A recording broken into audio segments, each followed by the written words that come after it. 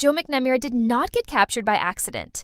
Someone she worked beside, someone she vouched for, someone she may have called a friend, made sure the enemy knew exactly where to find her. And in Lioness Season 3, Episode 4, that betrayal is finally going to have a name attached to it.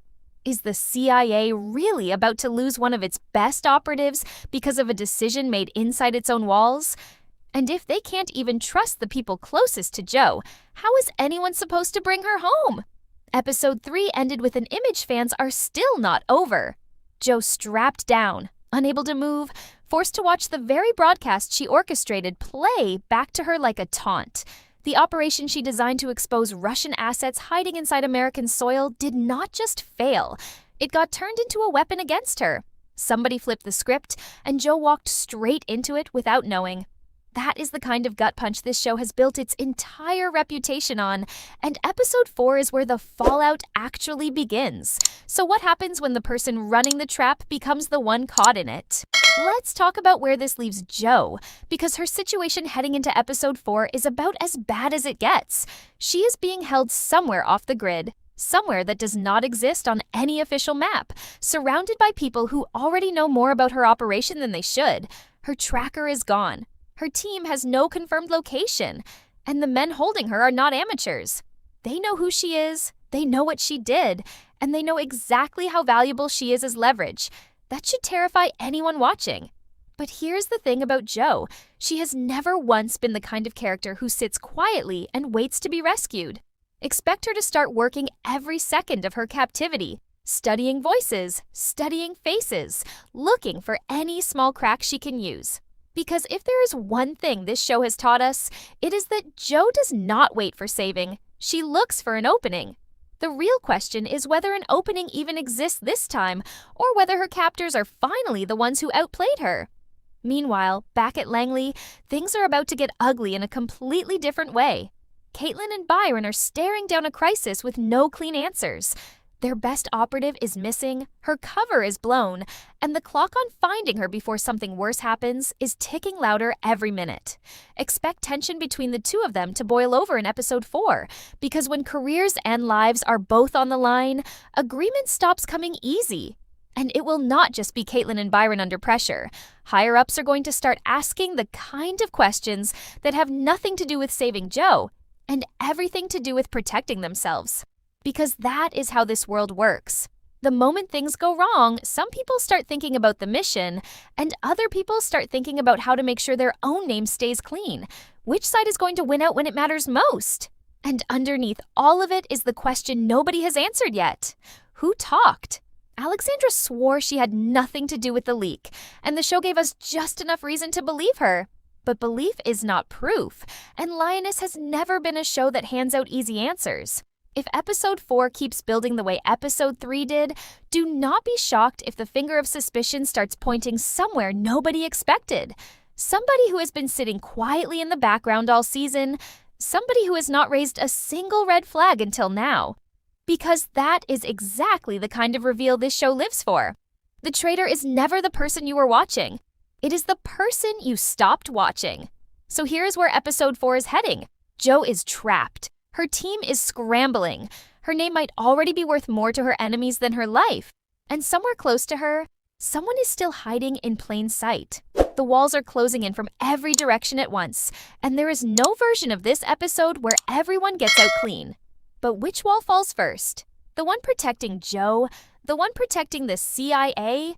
Or the one protecting whoever set this entire nightmare in motion? There is another side to this story that people keep forgetting about, and it might end up being the most painful part of Episode 4. Because while Joe is fighting for her life in a room nobody can find, her family is fighting a completely different kind of battle back home. Neil and the kids already had to pack up and disappear once this season after Russian operatives showed up looking for answers nobody was supposed to give. Now Joe is missing, her cover is blown wide open, and the danger to her family has not gone away. If anything, it just got worse. So what happens to a family when the person holding everything together suddenly vanishes without a word? Think about what Neil is walking into here. He is not just dealing with fear for his wife. He is dealing with children who are old enough to know something is wrong, and young enough to demand answers he is not allowed to give them. How do you explain to your own kids that their mother is not coming home tonight, and you cannot tell them why, and you cannot promise them when she will be back, and you cannot even fully promise them that she will be back at all? That is not an action sequence. That is not a shootout or a chase scene.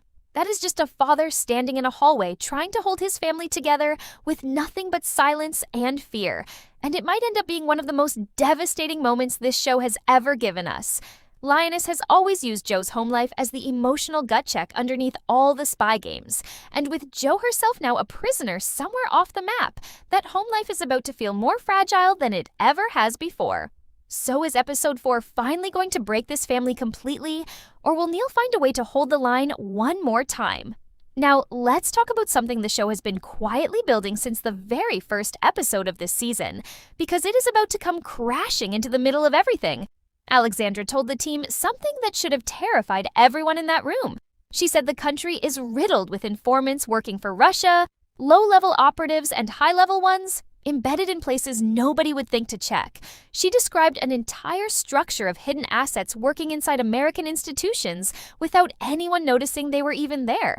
At the time, it sounded like something Joe could use as a weapon. Now it sounds like a warning nobody took seriously enough.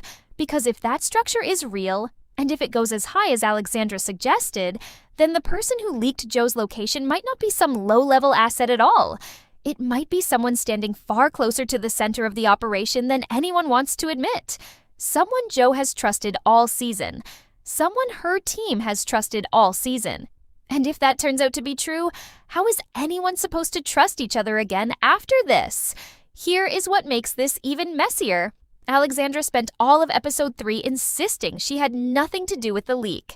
And honestly, the show gave viewers just enough reason to believe her. But belief only gets you so far when the stakes are this high, and Lioness has never been shy about pulling the rug out from under an audience that starts feeling comfortable. Do not be surprised if episode 4 forces Alexandra right back into the spotlight, and not in a good way. She could end up being the key to finding Joe, or she could end up becoming the prime suspect all over again the moment the team realizes just how badly their plan backfired. And if it is not Alexandra, then the show has been quietly setting someone else up this entire time. Someone who has been sitting in plain sight through every single episode, never raising a single red flag, never once looking suspicious. That is exactly how this show operates. It does not hand you the traitor early. It hides them in plain sight until the exact moment it wants to break your trust completely. So who has been in the room the whole time without anyone questioning them even once? What makes all of this hit so much harder is the fact that these two threats, the hunt for Joe and the hunt for the mole, are not actually separate stories. They never have been. This show has made it clear from the very beginning that the rot inside the institution and the danger out in the field always end up being the same story wearing two different faces. Every time the CIA fails to catch a leak, someone in the field pays the price for it in blood.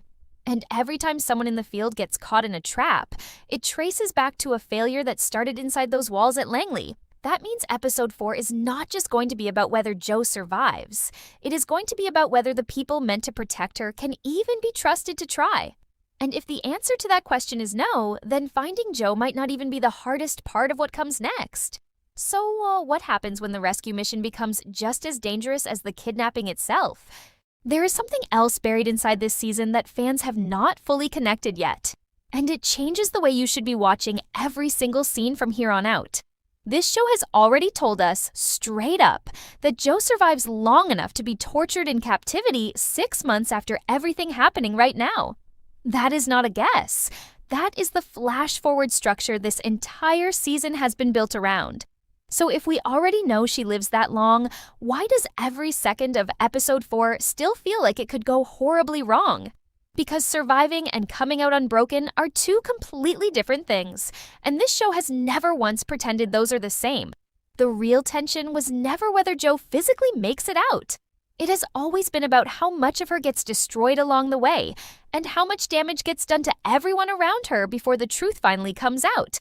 That is a much scarier question than a simple life or death cliffhanger. And it is exactly the kind of question Lioness loves leaving unanswered for as long as possible. Think about what that means for episode 4 specifically. If the show is not spending its energy asking whether Joe survives, it is free to spend that energy somewhere far more brutal. It can slow down and sit inside the psychological war happening between Joe and her captors. It can let us watch her try to hold on to her training while everything around her is designed to strip that training away piece by piece. Because that is what these people do. They do not just want information out of her, they want to break the parts of her that make her dangerous in the first place. And if they succeed even a little, the Joe who eventually gets rescued 6 months from now might not be the same Joe who walked into that trap. So the real question is not if she gets out, it is what is left of her when she does. At the same time, back home, the walls are closing in from a completely different angle, and this is where the political side of the story is about to get uncomfortable fast. Higher-ranking officials are not going to be spending their energy purely on finding Joe. Some of them are going to be far more focused on controlling the story before it controls them. That means covering tracks. That means managing what gets said and what gets buried. That means treating a missing operative less like a person who needs saving and more like a liability that needs containing. This show has never been shy about showing exactly how ugly bureaucracy gets the moment a real human life becomes inconvenient for the people in charge. And episode 4 looks ready to lean into that tension harder than ever. Expect real friction to boil over between the people who actually want to save Joe and the people who are far more worried about what saving her might expose. Because if the truth about how deep this infiltration goes ever gets out, a lot of careers are going to be destroyed right along with it. So who exactly is Caitlin and Byron really fighting for here? Joe, or the institution that would rather this entire situation disappear quietly? And that brings us to the piece of this puzzle that might matter more than anything else happening on screen. Every single thread this season, Joe's capture, the mole hunt, the political cover-up, the growing danger to her family, all of it is converging toward the same moment. This show has made it painfully clear that it does not believe in clean, easy answers. It believes in gut punches. It believes in endings that leave you staring at the screen instead of exhaling in relief. So if episode 4 follows that same pattern, do not expect a tidy resolution where Joe gets found, the traitor gets caught, and everyone breathes easy by the credits. Expect the opposite. Expect this episode to end on another reveal that makes everything you thought you understood about this season completely fall apart. Because that is exactly the kind of storytelling this show has built its entire identity around. Episode after episode, twist after twist, with almost no mercy for anyone watching. So when that final gut punch lands in episode 4, whose world is it actually going to destroy? Joe's, her family's, or the very institution that was supposed to protect all of them in the first place? So let's put everything on the table, because by the time episode 4 actually airs, all 3 of these threats are going to be slamming into each other at the exact same moment, and none of them are separate stories anymore. Joe is trapped somewhere off the grid with people who already understand exactly how valuable she is. Her own agency is quietly falling apart from the inside as the hunt for a traitor gets closer to someone nobody wants it to be. And her family is standing in the blast radius of all of it, one wrong move away from losing everything they have left. This is not a show that lets one of these threads rest while it focuses on another. It weaves them together on purpose, tightening every single one at the same time, so that by the end of the episode, there is no safe direction left to look. So when the walls finally do close in completely, which one of these 3 fights is going to break first? Let's talk about what a real rescue attempt might even look like here, because this is not a show that hands its characters an easy win. If Caitlin and Byron manage to piece together where Joe actually is, that is only the beginning of the problem, not the end of it. Getting a team into a black site that officially does not exist without tipping off the very network of informants that got Joe captured in the first place is close to impossible. Every step of that operation could be compromised before it even starts, because if there really is a mole feeding information to the other side, then planning a rescue means planning it in a world where the enemy might already know it is coming. That is the kind of trap this show loves setting for its own characters. Not a clean fight against an outside threat, but a fight where you cannot even be sure the people helping you plan the mission are not the reason it fails. So, if the CIA moves to save Joe, are they walking into a rescue, or are they walking into another trap built on the exact same betrayal that got her captured in the first place? And then, there is Joe herself, who by this point cannot count on anyone getting to her in time. Everything we know about her character tells us she is not going to sit quietly and wait to be saved. She is going to keep working the room, keep listening for details, keep looking for the one mistake her captors make that gives her an opening. But here is the uncomfortable truth underneath all of that. Even Joe, as sharp and disciplined as she is, cannot outthink an enemy that already knows everything about the operation she built to catch them. That is what makes this situation so different from anything she has faced before. She is not walking into unknown danger. She is trapped inside a plan she designed herself, now being used against her by people who understood it better than she expected. So if her usual instincts do not work this time, what does Joe actually have left to fight with? Underneath every single one of these threads is the same question this entire season has been quietly asking since the very first episode. How far does this betrayal actually go? Is it one person who made one desperate decision? Or is it something much bigger? Something built into the system itself? Something that has been sitting there undetected long before Joe ever walked into that trap? Because if it is the second one, then catching whoever leaked her location does not actually fix anything. It just exposes how much worse the real problem is. And that is the kind of ending this show seems to be building toward. Not a moment of relief, but a moment that makes everything before it look small compared to what is coming next. Lioness Season 3. Episode 4 drops on Paramount Plus this Sunday, August 23rd, continuing the show's steady weekly release.